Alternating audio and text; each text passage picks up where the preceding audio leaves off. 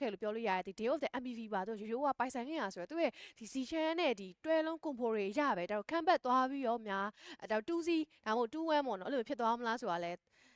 ဲစောင့်ကြည့်ရမှာပါ။မှန်တိုင်းပြောရမယ်ဆိုဒီ Dragon Face က game number 1တဲ့ပိုအားကောင်းတဲ့ Dragon Face လေးပဲ damage taken မှာဆိုလဲခါလီ UNS ပါတယ် Vision ဘိုင်းမှာဆိုရင်လည်းနော် Z10 ပါတယ် damage ပေးဖို့အတွက်ဆိုလဲ Limo Cloud ဆိုတော့ဘာအနေနဲ့ဘလက်သုံးအနေနဲ့မျှတလာတဲ့ Dragon Face ကိုတော့ပိုင်ဆိုင်ထားတယ်ဒါပေမဲ့ Mathis ရဲ့ဗတဲ့တခုတော့မိသွားလို့မရဘူးစတင်ကောရှိမယ်နောက်မှာ Chongstand Ode Swim Sound ဘာညာနဲ့ Torrent Fountain နဲ့ဆိုပြီးသွားတယ်အဲ့တော့ side နဲ့ side မှာ leader တော့ဒီပွဲမှာကျွန်တော်တို့ CC goal lane နဲ့ပြန်ပြီးတော့တည်မယ်နောက်မှာတော့ Messi က Torrent Fountain အဲ့တော့ side နဲ့ side မှာတော့ကျွန်တော်တို့ဒါ fighter တွေဖြစ်တဲ့အတွက်ကြောင့်မလို့ early match တခုမှာတော့ဘလက်သုံးတော်တော်လေးထိန်းဆော့မှာတော့ရနော်ဟုတ်တယ်ဗတဲရဲ့အနေအမြင့်အတက်ကြတွေကတော့ကျွန်တော်ဘလက်သွန်းဘက်ကနေပြီးတော့အမှန်တိုင်းပြောရရင် early timing အတွင်းကအဆင်ပြေပြေစောနိုင်ခဲ့မယ်ဆိုရင်တော့ဘလက်သွန်းကကောင်းကောင်းဖိအားပေးလို့ရတယ်ဗျသူတို့ဘက်က draft ကပြန်ပြီးတော့ကြည့်မယ်ဆိုရင်ဟိုဘက်ကဒါ Mathis ဘက်ကနေပြီးတော့အလုံးရင်းနဲ့ဝင်လာခဲ့လို့ဒီချမ်းရဲ့ Eddieနော် Phoenix Fury ဒါတကွက်လောက်မိသွားခဲ့မယ်ဆိုရင်တော့တစ်ပတ်ကနေပြီးတော့ကောင်တာပြန်ဝင်လာနိုင်တဲ့ spare တွေကရှိရဗျ Fantasy တွေပြီးွားရင်တော့ကျွန်တော်ဒီ Cloud ရဲ့ Blessing Juke တွေပြီးွားရင်တော့ဒီ Sandstone တွေအဲ့ဒီအရာတွေကိုတော့ Mathis အနေနဲ့နည်းနည်း queue side မှာတော့ရမယ်ဒါပေမဲ့ဘိုးရဲ့ချောင်းကလည်း signature ထဲမှာလည်းပါတယ်လို့နီကိုနဲ့တွဲလုံးလေးရတယ်တစ်ပတ်ကနေပြီးတော့ကျွန်တော် Black နဲ့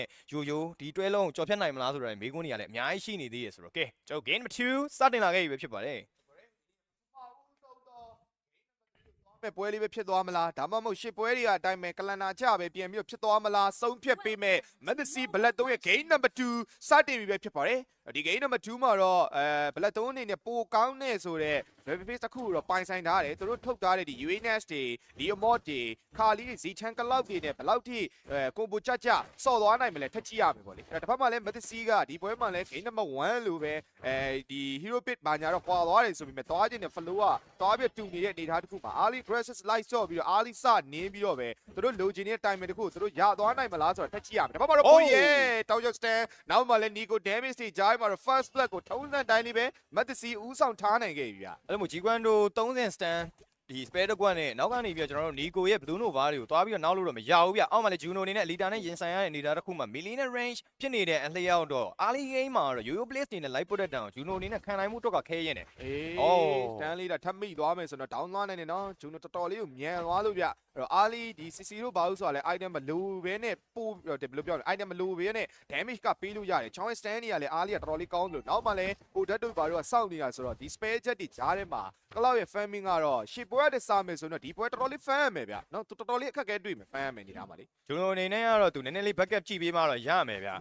skin coat လေးကလည်းခြာထားပြီးသွားပြီဆိုတော့လက်နှင်းရင်တော့ကျွန်တော်တို့ခွစီရမယ်ဆိုတဲ့အပိုင်းလေးတော့သွားပြီးတော့ရှိမယ်ပေါ့နော် black နေနေကတော့ mobility အပိုင်းအချားကိုအားပြုပြီးတော့ပဲသူ့အနေနဲ့ river area တစ်လျှောက်မှာတော့ vision light ထောက်ပေးထားရဗျဒီအချက်က Mathis အနေနဲ့ lane ganking လုပ်ဖို့အတွက်ကတော့နည်းငယ်တော့အခက်ခဲတော့ရှိနိုင်တယ်အဲ့တော့ pin flash black နဲ့တော့တတွေ့နေပါပြီ Oh give flash early damage အရန်များတယ်လို့နောက်မှလည်းအလီဒါထက်ရောက်နေရပြဂျုံတို့ဘက်ကတာမရှိနေဘူးဆိုရင်တော့ဘလက်အနေနဲ့အိမ်နောက်မှာ Hiroki ပေးရနိုင်ကြတော့ရှိတယ် give flash အလီဒါ early ganking တခုက output damage အရန်များနေနေပဲဘလက်တော့ဒီ damage တွေကိုဘလို့ပြန်ထိမလဲဆိုတော့ထက်ကြည့်ရမယ်ဘလက်မှလည်း gap မရှိတော့ဘူးဆိုတော့နည်းနည်းတော့ကျွန်တော်သတိထားတော့မယ်နေတာအဲ့တော့ K Flash အောက်မှာရှိနေတဲ့ timing တခုကိုဒီဘက်မှာဘလက်သွန်းတေချာလေးခွင်ကောင်းယူထားနေရှောင်းရ retribution လေးပြန်ရလိုက်သေးရဲ့ဗျအဲ့တော့မှ Hiroki ထက်ယူဖို့အတွက်ကြိုးစားလိုက်တယ်ဆိုပေမဲ့ Mathis နော်တေချာလေးပြန် for ထားတဲ့အနေထားမှာ Hiroki တော့ထပ်မရလိုက်ဘူးပေါ့လေလက်သွင်းရဲ့ timing လေးကတော်တော်လေး fine ဝိုင်းလို့ပြောရမယ်ဗျ Hiroki တကောင်ပေးထားရဆိုရင် target objective ကိုဖပနနဲ့ပဲသူတို့အနေနဲ့ရအောင်ယူနိုင်ခဲ့တယ် Juno အတွက်ဒီအချိန်မှာတော့ double lane double farming lane ကတော့ဖွင့်ပေးလိုက်ပြီဗျအိုးဆန်းဆောင်းနေကြတော့ရိုးရိုးပိတ်မိနေတဲ့ flicker နဲ့ပြန်ပြီးတော့ fall back ထားတယ်ဆိုတဲ့ကြားထဲမှာအလီတာတော့ပြန်ရောက်လာပြီဗျဒါဒီကောဘာညာထပ်ပြီးတော့ချုံပါလား level 4ဘာညာရထားတယ်အဲဒီတော့လမ်းပေးလိုက်တယ်ဆိုပေမဲ့ back end မှာလည်းရှောင်းရန်ဘလက်မြန်မြန်လေးကိုကြာနေတဲ့နေတာတခုမှာတော့အလီဒါလူချီနီရဲ့ကေးလေးကတော့မရလိုက်ဘူးဗျပြီးခဲ့တဲ့ဘက်တခုမှာဘိုးရဲနီကိုလှုပ်သွားတဲ့အကွက်လေးကတော့လှတယ်ဆိုပေမဲ့စပယ်လေးတော့တော်တော်များများတော့ပုံသွားရင်ပြီးတော့မရလိုက်တဲ့နေတာတခုမှာတန်းတော့မတန်တော့ဒါပေမဲ့ဒီဘက်မှာတော့ black ဝင်တော့မောင်းသွားတယ်ဗျနော် G1 တို့ပေးလိုက်တဲ့အချိန်မှာတော့ black နေနောက်က follower damage နဲ့ကတော့ဘလို့မှလွတ်ထွက်ဖို့အတွက်မဖြစ်နိုင်တော့ဘူးဒီကတော့ကျွန်တော်တို့ ODD အနေနဲ့ early impact damage ကတော်တော်လေးကိုများသူရဲ့ level 1 authority နဲ့အဲ့လို level 2 blue nova တို့ကearly game မှာ lightning တချုံတို့ glowing one တို့သာပြီးသွားမယ်ဆိုရင်တော့လူမျိုးကျွန်တော်ဟုတ်တယ်စိတ်အနေနဲ့ပုံစံမျိုးကတော့သွားပြီးတော့ရှိမယ်ဗျဒီကြားထဲမှာလည်းကျွန်တော်တို့ A လွင်ရဲ့အမှန်တိုင်းပြောရမယ်ဆိုရင်တော့ Battle Combination ကိုတော့သိတော့မမြင်ရသေးဘူးနောက်ပိုင်းကျရင်တော့ Black Thorn အနေနဲ့ A လွင်ရဲ့ Battle Combination ပါလာတဲ့အချိန်ကျရင်တို့ရဲ့ impact တစ်ခုကတော့သွားပြီးတော့ရှိသွားမယ်ဗျဒီအချိန်မှာ Black ကတော့ Juno fan နဲ့ lane မှာ safe ဖြစ်ဖို့အရေးကိုတော့သူ river area တစ်လျှောက်မှာ တောက်လျှောက်ဆိုသူတို့ vision လိုက်ထောက်ပေးထားတာလေးတော့ရှိရပေါ့နော် အေးဒါပေမဲ့လောဆယ်ဒီဘက်မှာရိုးရိုးပြန်ကယ်ထားပြီးရဆိုရင်မရတော့ဘူးဗျာမြင်းတိုင်မင်းတော်တော်လေးကိုနောက်ချပါတယ်ဗျာ ပိုင်ရှင်မရှိရဲ့မြင်းပေါ့နော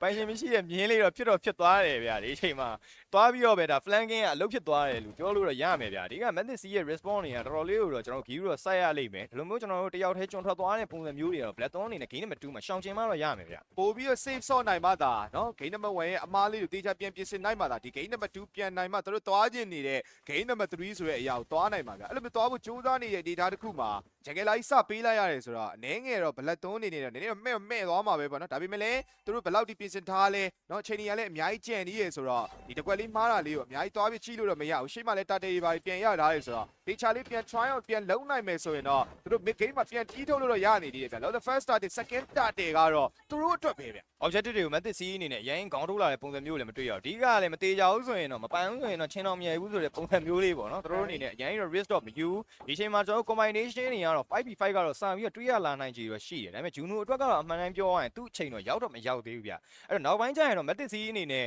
9ရောက် sticky found နဲ့တောက်ချောက်ဆိုသူ Blackthorn ကိုဖိအားပေးလာမယ်အပိုင်းခြားတွေကတော့ရှိလာလိမ့်မယ်ဒီအချိန်ကျရင်တော့ Blackthorn အနေနဲ့ဘယ်လိုမျိုးတုံ့ပြန်မလဲဆိုတော့ကြည့်ရမယ်ဗျလောလောဆယ်တော့လေဒီဘက်မှာ Matic C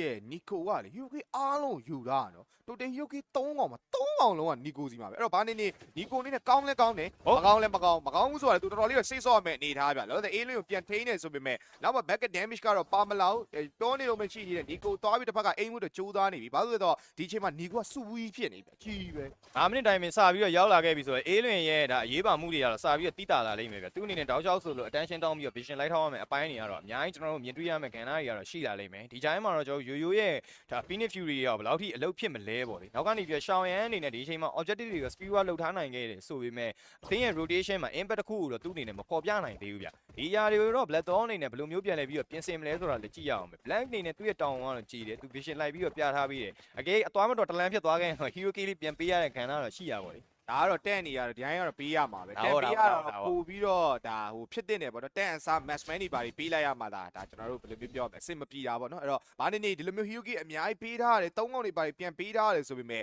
တာတယ်မှာကျတော့2ချိန်တိတိပြန်ရထားတဲ့အနေထားတစ်ခုမှာ Matic C ကိုတော့ဒီပွဲမှာ9မိနစ်ထိကိုဘလက်တုံးကလိုက်ပြီးတော့ network ကညှိထားနိုင်တယ်ဗျအဲ့တော့ဒီပုံစံတိုင်းတိုင်းဆက်ပြီးသူတို့ fan တွေအောင်မယ်နောက်ဆုံး last starter တွေထပ်ရနေအောင်မယ် Juno ကလည်း fan space ထပ်လွတ်နေအောင်မယ်ဆိုတော့ဒီပွဲမှာတော့တော့အပြောင်းလဲတစ်ခုတော့ပြင်ဖြစ်သွားတယ်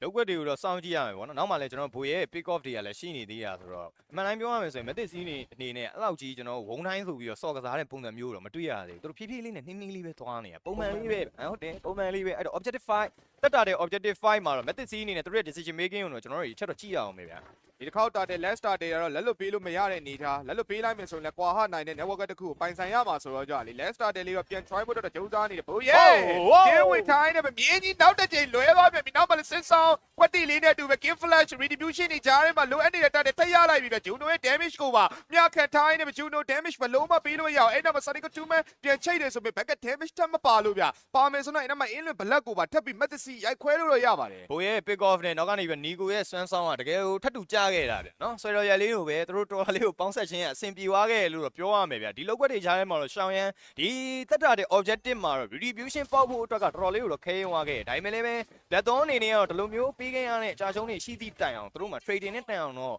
objective လေးရတော့လိုက်ပြီးတော့ရှာနေရဗျတာဝါလေးပါလေးတော့ပြန်ရထားတယ်ပေါ့နော်ဘာမှမဖြစ် AC ဆိုတဲ့ပုံစံမျိုးငွေတက်လေးရဒါပေမဲ့ကျွန်တော်ရှောင်းရဲနေရမှာတော့သူ့ရဲ့ feel ကိုတော့ကျွန်တော်တော်တော်လေးတော့ခံစားမိနေပြီဗျနော်မြေနှစ်ခါလွဲထားတဲ့တိုင်းတာတစ်ခုမှာတော့ damage ကလည်းပေးလို့မရဘူးတကယ်လဲဒီရိုးရိုးဒီသူ့ရဲ့ဒီ ADE နဲ့ backup ပေးတာတောင်မှဟိုဘက်ကဒီဘယ်လိုမျိုးဆိုဒီရိုးရိုးရဲ့ backup ပေးရတော့မှဘိုးရဲ့ကန်တာပေါ့နော်ပူမြန်သွားတဲ့အနေသားတစ်ခုမှာ damage ပေးခွင့်မရခဲ့တာပေါ့နော်အိမ်သားမှသာရိုးရိုးရဲ့ edit timing လေးနဲ့မြင်းလေးကပြန်ရလိုက်မယ်ဆိုတော့ Matic C ကိုပြန်ပြီးပြီးလို့ရနော်ဒါပေမဲ့လောလောဆယ် Juno ထိန်းကန်လေးရပြီနောက်မှာအိုး black backup အမြန်ဆန်ကိုပြန်ချထားတဲ့အနေသားတစ်ခုမှာတော့အရန်ကြုံလာတဲ့ King Flat နဲ့တူဘိုးရဲ့ဟိုပါပြန်လဲပြီးတော့ black 3ရလိုက်ပြီဗျလုံနေရတော့အဲ့လိုမျိုး battle လေးပါရှောင်းရန်အနေနဲ့ဒီအချိန်မှာ function တွေ့သွားတဲ့မြင်းနဲ့အတူပဲ hero kill လေးကိုပြန်လဲပြီးတော့ရလိုက်ခဲ့ပြီဗျ Blackthorn အနေနဲ့ကတော့သူတို့အားလေးကလေးကိုကအဲ့လိုမျိုးဖြည်းဖြည်းချင်းစီစိတ်ရှိရှိနဲ့ဆော့လာတဲ့အရာတွေကတစ်ဖက်ကနေပြီး Matic C အမားလေးတစ်ခုတွေ့လာတဲ့အချိန်မှာသူတို့ကောင်းကောင်းကြီးစုပ်ကင်နိုင်ခဲ့တယ်ဒီချက်တွေကကြာလာတဲ့အချိန်ကျရင်တော့တိလာလိမ့်မယ် Messi Torrent Form တော့ပြီးသွားခဲ့ပြီဗျ ဒါပေမဲ့လည်းနောက်မှာက spare light ပေးဖို့တော့မဖြစ်နိုင်တဲ့ data တစ်ခုမှာတော့တောက်လျှော့ပဲ make a fast star ဘာတွေ blue bat တွေအပြင် jacket crab တွေပါတောက်လျှော့ပေးနေရရင်လည်းပဲ black 3ရဲ့ battery တွေကြားထဲမှာပြန်ကျသွားတဲ့အရာလေးတွေကတော်တော်လေးများသွားတယ်လို့ပဲပြောရမှာပဲနောက် hero key တွေနဲ့မပြီးသေးဘူးကျန်တဲ့ lane ပိုင်းဆိုင်ရာပုံမှာပါပြန်လဲပြီးတော့ဖိခံနေရတဲ့ Metasi black 3ကိုဘယ်လိုမျိုးပြန်ပြီးထိန်းချောင်းမလဲဆိုတော့ထက်ကြည့်ရမယ်ဗျအရန်ကျွလို့တော့မရတော့ဘူးเนาะတစားစားနဲ့ပြန်ပြီးတော့ရှေ့ကပြောခဲ့တဲ့အတိုင်းပဲဂျုံတို့ family ပြန်ရနေတာမျိုးလေးတွေ black တဖြည်းဖြည်းနဲ့ပြန်မာလာတာမျိုးလေးတွေနောက်ပိုင်း objective တွေပြန်ရထားတဲ့အချိန်ကြီးကြောင့်မလို့ black 3ရဲ့တန်ပြန်အားကိုတော့ Metasi နေနေတော့ခံနေရပြီဗျဗီရိုတူ MSA မှာတော့မမထထန်နဲ့ပဲเนาะပြန်ပွဲစဉ်တစ်လျှောက်ကောင်းကောင်းရ response ပြန်ခဲ့တဲ့ Blackthorn ဗီရိုတူ MSA champion အနေနဲ့ကျွန်တော်တို့ MSA ကိုဝင်ရောက်လာခဲ့တဲ့ Blackthorn ဒီတစ်ဖက်ကနေပြီးတော့ MSA season 1 champion ဖြစ်တယ်ဆိုတော့ Match ကိုတော့ဒီအချိန်မှာတူတင်ကိုတင်မယ် performance တွေတော့ပြသနေခဲ့ပြီဗျာဘယ်သူကတော့ကျွန်တော်တို့အမှားအရင်ဆုံးလှုပ်သွားမလဲဆိုတော့တော်တော်လေးကိုစိတ်ဝင်စားဖို့တော့ကောင်းနေပြီနှစ်သိန်းလုံးကတော့ spare တွေကိုစောင့်နေရဲဆိုတော့လုံးဝကျင်းသေးတယ်ဗျာဘက်ကကျွန်တော်ကျွန်းလာတဲ့ဆွဲသားခံမပြောရင်ဆိုတော့ပိုရဲလမ်းဖန်းနေတော့မရှော့ကလီတစီထပ်ပေးဒါပေမဲ့လည်းဆွင်းဆောင်ကားဖို့အတွက်နေထားမဖြစ်နိုင်ဘူးဗျအေးဆိုရင် South Shop ပဲ damage ထက်ကလောက်ထားပေးသလိုဘလက်နေနဲ့လည်း easy ပြန် forward ထားနိုင်တဲ့နေထားဗျအဲ့ဒါမရှောင်ရင်ပြန်ပြီးမြင်းကော Juno damage စီချားထဲမှာဗတ်ဆိုင်မှုတော့ကြီးလိုက်သေးတယ်ဆိုပေမဲ့လည်းမတစီပပနဲ့နဲ့လေးနဲ့ပြန်ပေါ်တာအဲ့ဒါမက်ဆီပြန်ရောက်တနဝက်ပြန်ထိုးတယ်ဆိုပေမဲ့အေးလိုဖြစ်နေတဲ့တိုင်းတာတကူမှာတော့ဘာမှဆက်မဖြစ်သွားဘူးဗျအဲ့ဒါမှ retribution ကြံနေတဲ့ချောင်းရင်ဒီလောက်ပြန်ရသွားနိုင်မလားထက်ကြည့်အောင်မယ် spare တော်တော်များများကိုလည်းဘလက်တော့ရလိုက်တယ်ဒါပေမဲ့နီကိုရဲ့ swim ဆောင်ဘာညာကြံနေတဲ့တိုင်းတာတကူပါတော့ဘာဆက်ဖြစ်သွားမလဲစဉ်းစားပြန်ကတယ်လှလှပပလေးနဲ့တူပဲယိုယိုမရရောက်ပဲလောက်ပြန်ယူထားတယ် game flash ရဲ့ kill ပါထက်ရနောက်မှ Juno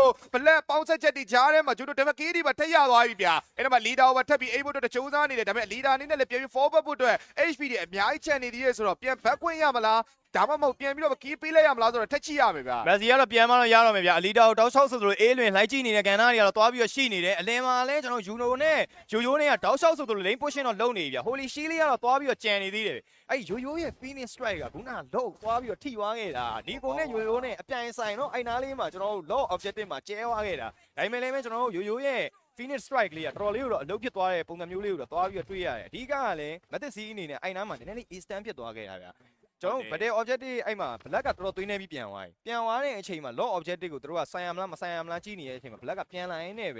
ဗတဲ့က 5v5 ပြန်ပြီးတော့ဖြစ်သွားတယ်အကယ်အဲ့နေရာမှာသာကျွန်တော် black ကိုမဆောင်မင်းနဲ့တို့အနေနဲ့တယောက်လောက်ကိုသာဝင်ပြီးတော့ရှင်းထားလိုက်မယ်ဆိုရင်တော့ဒီချိန်တွေကစင်တော့ပြင်သွားနိုင်တယ်ဒါပေမဲ့ဒီချိန်မှာတော့ကျွန်တော် black 3အနေနဲ့အကောင်းဆုံး bounce back တွေတော့ပေးနေပြီဟုတ်ဂျူနိုလန်ချိန်ဖို့တော့ကြိုးစားတယ် Messi Torrent for နေနဲ့တူဒါပေမဲ့ပါလာတဲ့အေးလွင်လေးပဲပြန်ရလိုက်တယ်ဗောနော်ဂျူနိုကနောက်မှာဘလင်းနေပါတွေကြံနေသေးတယ်ဆိုတော့ကြလေဒါဆိုတော့မဆိုးဘူးအေးလွင်ပြန်တောင်းသွားတယ်ဒါပေမဲ့ဂျူနို stay like ဆက်ရှိနေတဲ့အတိုင်းအတာတစ်ခုမှာတော့ဒီ low wave နဲ့တူတာဝါရီဆက်ပြီး pressure ပေးလို့တော့ရနေခဲ့ပြီဗျာဒါပေမဲ့လည်းနော်မသစီမှာ9កောင်လုံးပြန်ကြံနေရဆိုတော့ဒီ low လေးကိုတော့ easy လေးပဲပြန်ပြdefend ထားနိုင်ပါသေးတယ်game flash ကတော့ဒါသူ့အနေနဲ့ damage ကတော့ကျင်းစီပေါက်ကိုတော့ပေးမှတော့ရတော့မယ်ဗျမဟုတ်ဘူးဆိုရင်တော့ကျွန်တော်ရင်ဆိုင်ရတာ method C အနေနဲ့နည်းနည်းလေးခက်ခဲလာမယ်အပိုင်းမှာတော့ရှိတယ် goal leader မှာတော့ Juno ကတော့ထိတ်ဆုံးကနေပြီးတော့6400နေတော့ဥဆောင်နေပြီနောက်မှရှောင်းရမ်းအနေနဲ့ထက်ချက်မကွာတော့လိုက်လာအဲ့နောက်မှာယိုယိုးဗျနော်လူမျိုးကျွန်တော်ပုံစံမျိုးလေးရောသွားပြီးတော့ရှိနေတယ် game flash နဲ့ Messi နဲ့ကတော့ကက်ရက်လေးလိုက်လာခဲ့တယ်ဆိုရင်အမှန်တိုင်းပြောရရင်ကျွန်တော် Juno နဲ့ရှင်းမယ်ဆိုရင်တော့ network က2000လောက်သွားပြီးတော့ get နေတဲ့ပုံစံမျိုးကိုတော့တွေ့ရတယ်ပေါ့နော် item တစ်ချောင်းစာလောက်ကတော့သွားပြီးတော့ဟန့်နေတယ် Juno မှာဆိုရင်တော့ကြီးလိုက်မယ်ဆိုရင် strategy 3ချောင်းအပြင်မှာ malefic gan ထပ်ပြီးတော့ပြီးတော့မှာဗျဒီတိုင်းမှာကျွန်တော်ဘိုရဲအနေနဲ့ chest side bottom radiant ကတော့ပြီးထားတယ်သူအနေနဲ့မာပေးနိုင်မှုကအတိုင်းတာတစ်ခုအထိတော့ရှိတယ်ဒါပေမဲ့တစ်ဖက်ကနေပြီးတော့ကြီးမယ်ဆိုရင်ဒီကိုအနေနဲ့က item 2ကွက် glowing one နဲ့ genius one 2ကွက်ပဲပြီးသေးရဗျ1-1ပဲပြီးယိုယိုက3ကွက်ပြီးနေပြီဟုတ်တယ်ယိုယိုကတစ်ဖက်မှာဝင်းနေပါပြီးနေ lighting တွေပြီးနေဆိုတော့ magic power အားလေးမှာတော့ယိုယိုကတော့ပိုများနေတယ်တစ်ဖက်မှာတော့ Nico အနေနဲ့ item ဒီထက်ပိုပြီးပြီးဖို့တော့လိုနေတယ်သူသွားနေ crown လာတော့မသိ crown နဲ့သူဒီ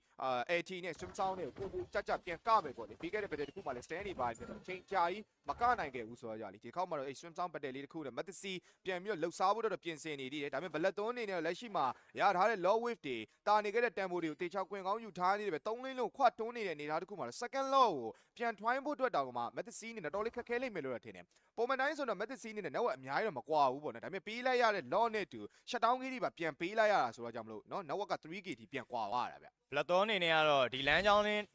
းအတိုင်းဖြောင်းဖြောင်းတန်းတန်းသွားနိုင်ဖို့ပဲလိုအပ်တော့တယ်ဗျဒီအချိန်မှာတော့ sandstone နဲ့ black ပြန်လည်ပြီးတော့ fall back လာတယ်အဓိကတော့ safe ဖြစ်ဖို့ကအရေးကြီးဆုံးပဲပေါ့နော်ဒီအချိန်မှာတော့ကျူတင်ကာကွယ်ခြင်းကတော့ကုသခြင်းနဲ့ပိုပြီးထိရောက်တယ်ဆိုတော့ဘာမှဖြစ်လာခင်မှာပဲသူ sandstone နဲ့ပြန်ဖတ်တယ်ဒါပေမဲ့ဒီ law objective မှာစိုင်မှုအတွက်ကကျတော့ sandstone ကတော့ရှိမနေဘူးဗျဒီအချိန်မှာ late game ဖြစ်နေတဲ့အပိုင်းခြားရှိတယ်ဆိုတဲ့အတွက်ကြောင့် sandstone ရဲ့ LT timing ကတော့ second 20 15 second ဝန်းကျင်ထဲမှာတော့သွားပြီးတော့ရှိလိမ့်မယ်ဒီကိုကတော့ winner crown တွေပါရတော့ပါလာခဲ့ပြီသူအနေနဲ့ခုနကကစ်ပြောသလိုပဲ winner crown ခဲပြီးတော့စွမ်းဆောင်ကမယ်ဆိုတဲ့အပိုင်းကဏ္ဍတွေကမြင်တွေ့လာရတယ်အဲ့လိုမှမဟုတ်ဘူးဆိုရင်ယိုယိုရဲ့ Phoenix Fury ကသူ့အတွက်ကတော့တော်တော်လေးကိုတော့နှောက်ချက်တော့ဖြစ်စီတယ်ဗျာ ။အော်အေးဒီပြေးမေးတဲ့လီဒါသွေးတစ်ဝက်တောင်ပြန်ကိုင်းသွားတယ်။နောက်မှထွက်နေတဲ့ယိုယိုရဲ့ Black Wing ဒါ Phoenix Stanley damage တွေကပေါ့နော်တော်တော်လေးကို long range နဲ့တော်တော်လေးလည်း impact များနေတဲ့နောက်မှာ log ကိုချက်ပြီး try မှုတော့ကြိုးစားနေတယ် Messi ကတန်တာဝက်တွေထိရလိုက်ပြီကျွန်တော်ပြန်ဒီခွဲမှာအရင်ချုံလာတဲ့ Messi ဒေါင်းသွားရပြီဗျာ 4v5 ဖြစ်နေတဲ့ substitute မှာဆက်လက်ပြီးတော့ဒီ log ကို Black သွန်းချက် try မယ်ဆိုရင်တော့ဒီ log နဲ့တူ Mega Lane တွေက pressure ပေးလို့ရနေတဲ့အနေထားဒါပေမဲ့တစ်ဖက်မှာလည်း Nico game flash ပြန်ရှိနေပြီ retribution ပြန်ပေးဖို့တော့ကြိုးစားနေ Nico sim sound မှာ damage လေးတွေပြန်ပေးထားတယ်ဆိုပြီးရှောင်းရဲ့ retribution ချင်းနေတဲ့တိုင်းတာတစ်ခုမှာဘာမှလုပ်ခွင့်မရဘဲနဲ့ Nico ပါဒီပတ်တက်မှာထပ်တောင်းသွားရရင်းနဲ့ပဲ Black သွန်းလိုအပ်နေတဲ့ second low ပါထပ်မှတ်ပြီးတော့ပိုင်ဆိုင်သွားရင်းနဲ့ပဲဒီနေ့ရဲ့ပထမဦးဆုံးတော့ game number 3ကိုဆွဲခေါ်ဖို့အတွက်သူတို့အသေးချာလေးကိုပြင်ဆင်နေခဲ့ပါပြီ ဒီကိုကတော့တင်ပြေကြီးရှင်ရှည်တီးလောက်သွားခဲ့တာဗျာနော်သူအနေနဲ့ law objective ကိုတော့ winner crown နဲ့ဖြတ်ပြီးတော့လူလိုက်တယ်ဆိုပေမဲ့လို့ရှောင်းရန်အနေနဲ့ retribution သွားရှိနေတယ်ဆိုတဲ့အချက်ကတော့ Messi အတွက်ကတော့ရန်ကိုတော့သတင်းတော့ကောင်းမနေခဲ့ဘူးဒီအချိန်မှာတော့ Black Thorn အနေနဲ့တော့ high ground ပြန်လဲပြီးတော့ပဲတက်လာခဲ့ပြီကျွန်တော်တို့အတွက်ဒီနေ့မှာတော့ပထမဆုံး best of 3 series ကိုသွားတဲ့ပွဲစဉ်လေးများဖြစ်လာမလားဆိုတော့စောင့်ကြည့်ရပါဦးမယ်ဗျာ နောက်မဂျူနိုပြန်ဝင်လာခြင်းသေးတယ်အေးလွင်တောက်ရှော့ damage taken ထပ်ပေးထားတဲ့နေတာတစ်ခုမှာ law နဲ့2ပဲ mega 3လေးကိုခွာပြီးတော့ပဲ Black Thorn ယူနေခဲ့ပြီဗျပထမဆုံးပဲအောင်လေးမှာတော့ low wave နဲ့တူပထမဆုံး mega လေးကိုထည့်ရခဲ့ပြီတော့ပေါ်မှာလည်းနောက်တဲ့ mega တလေး2လေး mega ကိုတော့ဒီ second law နဲ့တူထပ်ပြီးရလိုက်ပြီဗျအဲ့တော့မှတော့နောက်ထပ်လာတဲ့ favorite ကြားထဲမှာနောက်ဆုံးချန်နေတဲ့ mega ကိုထိတ်ယူတယ်နောက်မှယိုယို edit နဲ့ချာနောက်မှ sandstone ထက်အထိမ်းမှာတော့ swing sound ဒီကို back ပေးနေတယ်ဆိုပြီးထင်တယ်လို့ damage မထွက်နေတဲ့နေတာတစ်ခုကဂျူနိုအားလုံးကြိုက်ခွဲနေပြီချောင်းရဲနဲ့ပေါင်းပြီးတော့အဲ့နောက်မှနောက်ဆုံးသူတို့ထက်ခွဲဖို့ကြိုးစားနေတဲ့ Messi ကောင်းတော့ defender တော့တော်ပါ Messi အပိုင်ထိုးထားနေနေပဲအရင်ခေါင်းတိုးလာတဲ့ Black Thorn လေးကိုတော့ပြန်ပြီးတော့ရှင်းမိလိုက်ပြီဗျ3 မှတ် down သွားတဲ့အနေတစ်ခါတစ်ခုမှာအေးလွင်ကထထိန်နေပြီဗျ leader တောက်ချော့ပြန်ဖို့နောက်မှပိုရဲ့ edge တွေကြားထဲမှာအေးလွင် down တော့မလားရှောင်းရဲဘက်ကပြန်အရောက်မှာတော့အေးလွင်နေနေပေါ်ပထားနိုင်ပါသေးတယ် ရှောင်းရန်သူတင်မေးကိုတော့ပြန်လဲပြီးတော့စေသွားသေးတယ်ဒါပေမဲ့ Messi အတော်တော့မတတ်နိုင်သေးဘူးဗျာ leader ပိုရဲ့နောက်ကဒီပြ Messi လိုက်နေတဲ့ကြားထဲမှာအေးလွင်ရှောင်းရန်တော့လှဲ့တော့မကြည့်ဘူးဗျာပြေးတာဗျာပြေးလို့လည်းမရတော့ဘူးမန်မ3ယောက်လောက်က down သွားခဲ့ဒီကတော့ Messi ရဲ့လောက်ကတော်တော်လေးကိုထောက်သွားခဲ့ပြောရင်းစိတ်နဲ့ပတ်ပြီးတော့အေးလွင်ကို stone ပိုင်းပေးတာအချိန်မှာ game flash body shot ကနဲ့တူပဲအေးလွင်ကိုတော့ထပ်မှတ်ပြီးအဆုံးသတ်ထားပါသေးတယ်ဗျာ အဲ့နောက်မှလည်းအေးလွင်တော့မ down ခဲ့ဘူးဆိုရင်တော့ Black Thorn ဆက်လက်ပြီးတော့ပဲဒီပတ်တဲတွေကိုထိန်းထားရင်းနဲ့ပြန်ပြီးတော့ပေါ့နော်ကျွန်တော် canvas လောက်ရတာတော်တော်လေးတော့ကောင်းပါဗျာဒါပြီးတော့တောက်လျှောက် Hyuki တွေပေးလိုက်ရတယ်ဗတဲ့ချက်ချကြတဲ့ Hyuki တွေနဲ့တူနောက်ဆုံးအာမအရင်ကောင်းပါတယ်ဆိုတော့ Hyuki တွေကိုပြန်ဖြတ်ခံထားရတဲ့နေတာတစ်ခုမှာတော့ဗတဲ့မထားတဲ့တစ်ခုဗတဲ့တစ်ခုကိုစိုင်လိုက်ရတဲ့ Black Thorn အနေနဲ့ဒီပွဲကိုပြန်အပ်ဖို့အတွက်တော်တော်လေးကိုခက်ခဲသွားခဲ့တယ်ပဲပြောမှာဒါပေမဲ့သူတို့တွေဒီ second law အချိန် second law ထိရရှိထားတယ်တစ်ဖက် Messi ကိုလည်း mega 3လေးတိတောင်ချိုးထားနိုင်တယ်ဆိုတော့သူတို့မှာအခွင့်အရေးလေးတော့ရှိနေသေးတယ် ကဲကျွန်တော်ဂျူနိုအနေနဲ့ကတော့ကျွန်တော်အသင်းဟောင်းကိုကျွေးဟောင်းလေးများဆက်ခွင့်ပြုနိုင်မလားဆိုတဲ့ပုံစံမျိုးလေးကိုတော့တွားပြီးတော့တွေးနေရပြီဗျာနော်အရင်တော့ကတော့ကျွန်တော်နှစ်ဖူးကနေပြီးတော့ခြေပြားတွေချစ်ခဲ့ကြတဲ့ရေကိုတွေဖြစ်ခဲ့ကြတဲ့ game flash နဲ့ဂျူနိုဆိုပေမဲ့ဒီအချိန်မှာတော့ဒီဘက်သတင်းနဲ့ပြိတ်အကျိတ်နယ်ကိုရှင်ပြိုင်နေကြတဲ့ပုံစံမျိုးတွေကိုတော့တွေးနေရတယ်ဂျူနိုနောက်လည်းကပ်ဖို့ကမလွယ်တော့ဘူးဗျာဒီအချိန်မှာဘူရဲ့ pick up လုပ်မယ်ဆိုရင်လည်း purify ရှိနေသေးတဲ့အပြင်မှာဝင်းတော့ nature တွေကထပ်ပြီးတော့ပါလာပြီအဲ့တော့ကျွန်တော်ဒီဂျူနိုကိုကြည့်ဖို့ဆိုရင်တော့ပြန်ပြီးစဉ်းစားမယ်နီကိုတယောက်ပဲရှိတယ်မက်ဆီနဲ့နီကိုနဲ့မက်ဆီကလည်းခုနကသွားပြီးတော့ try လိုက်တယ်ဒါပေမဲ့အဆင်မပြေသွားခဲ့ဘူး ကဲအဲ့တော့နောက်ဆုံးเนาะဘယ်လိုမျိုးပြန် try မလဲဂျူနိုကေးဖို့အတွက်ပေါ့နော်ဒါပေမဲ့ဒီဘက်မှာ Messi နေနေကတော့ဒီလိုမျိုး mega 3လေးပေးထားတာတော့မှအကောင်းဆုံး defenses တွေဂျားထဲမှာပြန်ပြီးတော့ battle တစ်ခုပြန်ပြီး camp ပြခဲ့တယ်ဆိုတော့ဒီလိုမျိုးပဲထပ် try နိုင်ဦးမယ်ဆိုတော့ဂျူနိုကိုသူတို့ပြန်ပြီးတော့အင်းလို့တော့ရနေဦးမှာပါဒါပေမဲ့ဂျူနိုအင်းညင်စောတွေအရန်များသွားပြီးတော့ပြီးခဲ့တဲ့ battle တစ်ခုကလို့ပြန် down သွားမယ်ဆိုရင်လည်း game 3ကိုသူသွားတော့မှာအခုမှဆိုတော့နောက်တစ်ရအချိန်မြောက်လောက်ကိုဘလက်3ကယူနေပြီ8 position မှာလည်းဘလက်3ကပဲအားတာနေတဲ့အနေအထားတစ်ခုမှာ Messi နေတဲ့ Harris Iwa တွေပဲဘိုးရဲလမ်းကန်နေဆိုမမီဘူးအဲ့တော့မချောင်းရင်ပြန်ပြီးမြင်းခေါ် 2v1 3v1 နဲ့ထပ်ထိပ်ပလန်နောက်မှလည်းယိုယို2 man အဲ့ဒီ combo တွေကြားထဲမှာတောက်ချောက်ကိုဓာတ်ပြီးတော့ damage တွေပေးနေရင်းနဲ့ပဲစပြီးတော့ပဲဘိုးရဲ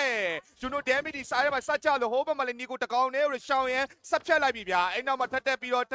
က်လာတဲ့ quick wait တွေကြားထဲမှာလောတော့မှမယူတော့ဘဲနဲ့ဒီ game number 2ကိုဖြတ်ဖို့တော့ဘလက်သွန်းပြင်ဆင်နေခဲ့ပြီဖြစ်ပါတယ် Hero to MSL ကိုငါတို့ဒီဘယ်လိုမျိုးကြော်ပြတ်ခဲ့လဲဆိုတော့ Blackthorn ဒီအချိန်မှာတော့ပြသနေခဲ့ပြီ Messi leader မဖြစ်နိုင်တဲ့အရာတစ်ခုတော့ဖန်တီးဖို့တော့စူးစမ်းနေတယ်တစ်ဖက်ကနေရှောင်းရန် penalty နဲ့ဝင်လာတဲ့ဂျားထဲမှာတော့ Messi